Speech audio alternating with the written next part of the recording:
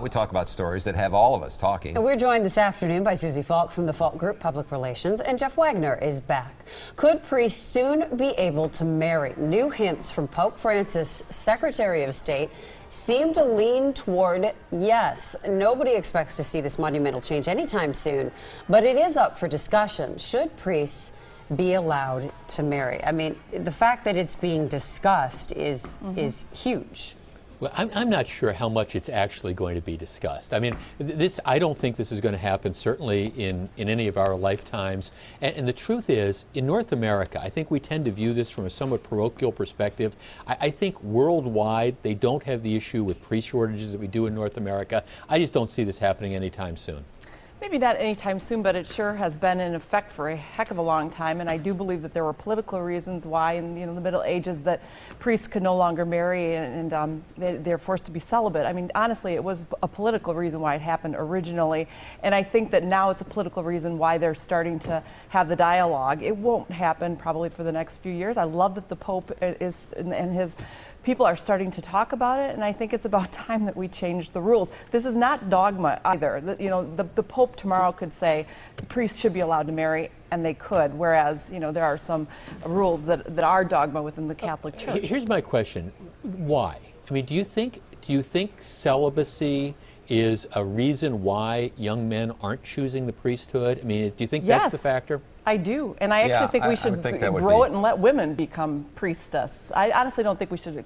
I'm not Catholic, so I probably shouldn't be weighing in on this, but why we don't have women as priests, I don't know. Well, I mean, and you talk to some people. I did a story on a priest in the Miami area who actually ended up with a girlfriend, and it was a big blow up, and his thing is like, look, everybody's having relationships. It's just not talked about. Whether they're heterosexual or homosexual, priests are having relationships. That's according to him. Well, Martin Luther, why do you think he broke off? It's because he said nature's going to rule, and it's natural. Right. His perspective is you would be happier. You would be a better priest. Sure. It would be more like the masses that with whom you work. And you look at the other faiths. I mean, it's a common idea to have.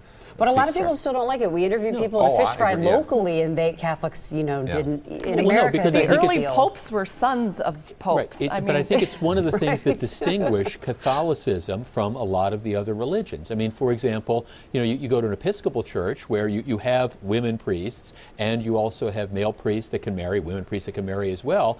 And there's a lot of the trappings of Catholicism, but it's that much more liberal approach. Well, okay, that's the avenue I think a lot of people can go to. I just don't see this changing anytime soon. No, I agree with you. I don't see it soon, but I think I think within the decade, maybe 2 decades. The decade? And the context of it is more North America than probably the rest of the world. Right. All right, thanks. Coming up, why we could soon start seeing cheese brine being used as a de-icer on the roads this winter. Yum. What's hot, and our viewers' choice topic of the day. Again, we're joined by Susie Falk and Jeff Wagner of 620 WTMJ.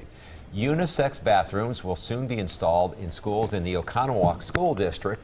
A parent expressed concern that a transgendered student was using the girls' bathroom at Summit Elementary. Should elementary schools offer unisex bathrooms for transgender students? I think the student was 6 years old. Yes, they should. And you know what? I'm glad they're offering a unisex bathroom. There's a case in Colorado where there's a little 6-year-old girl who's was born with boy body parts, okay?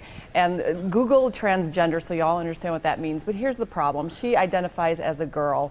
And the school district in Colorado said she has to use the boys' bathroom because she's got that boy body part, even though for all intents and purposes she is a girl. So how embarrassing for her. But I understand how other kids in the school wouldn't feel comfortable with the situation. So a unisex bathroom, I think, solves the problem. Okay, I don't have an issue with unisex bathrooms. We're talking about a 6-year-old, for goodness sake, Susie. At the age of 6, they can be 3 and they identify. That's silliness. At the age of 6, you do not know what your gender is going to be. You haven't reached puberty. Look, I understand this is this fashionable type of stuff. Look, maybe when the the kid gets to puberty, maybe they'll have this idea. But, you know, this is one where I look at the parents and say, oh, come on, Susie. Jeff, you're talking about, you're telling me 3 and 4 years old, oh, it's a boy. This is the problems with the parents. No, well, okay. no, it's not the parents. Do you think that that set of parents is hoping that their kid is transgender and encouraging I have no it? idea. The idea is you don't know at the age of 4 or 5 or 6 what your identity is going to be. You're confused. And you're confused. And you should be allowed to be who you are. But you don't know who you are when you're 4 or 5. Have you lost your mind? Have Seriously. you lost your mind? 4 or 5, you're going to allow a 4-year-old boy to decide he's going to be a girl. Stop it. You're crazy, Susie. You're crazy, You Jeff. would not raise a child like that. I know But it. if my son expressed a huge desire so your to dress 5-year-old says, I want to dress, I want to come to school in a dress, you're going to say, oh, that's great. I would Here, go encourage ahead him and do not it. to, but if you put some pressure on me and he's Your acting as you're though letting your he were 5-year-old make these decisions? Jeff, I'll send you the research. This is the problem because you're letting the 5-year-old decide whether he wants to be a boy or a girl. It's different at 13 or 14. All right, we're going to leave it at that, a spirited discussion that will obviously continue in the hallway. All right, time for our lightning round. Winter hasn't even arrived yet, and we're already thinking about de-icing roads. And cheese could play a role this winter. The Milwaukee Department of Public Works plans to roll out a pilot program using cheese brine to help treat icy roads. Good idea? Good-a. Bad idea? Good-a idea. It's an incredibly dumb idea. Why? Here's why it's dumb. First of all, the rock salt is plentiful. It works. When they've tried to mix other stuff in rock salt before, it hasn't worked that well. But they're saying it works in Polk County and has for the past 4 years. You know, there's no cars in Polk County. Yes, it works in Polk County. But they're using it with rock I'll tell you, salt. I did this on the radio show today. I had a guy that calls up. He says, do you have any idea what cheese brine smells like? The entire city is going to stink if you do this. Apparently, if you do it correctly, it doesn't smell. I say let's try it. Yeah, what the heck? Let's try it. What? It maybe could benefit all the cheese and the dairy Why farmers. not? Keep the brine out of the landfill. I guess it's not as harmful on your car. No, well, it may or may not be. No, it may or may not be cheaper because you've got to bring it in from West Bend. It's Gang Up on Jeff Day. Well, this is, I'm telling you, unisex bathrooms for 6 years old and then dumping cheese. His head's going to explode, people. And guess what? That What's Hot discussion will continue online. That's all we have time for around here. Find that page at tmj4.com/hot. Coming up, Storm Team 4.